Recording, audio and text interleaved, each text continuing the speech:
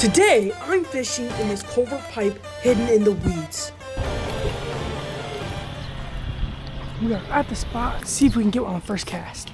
But with the position I was in, it was kind of hard to cast into the pipe without hitting the concrete. That's why things like this happen.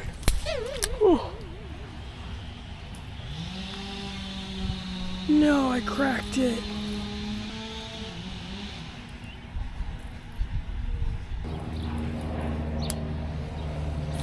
Oh my goodness.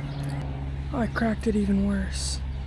But even after all that, this happened. There's one.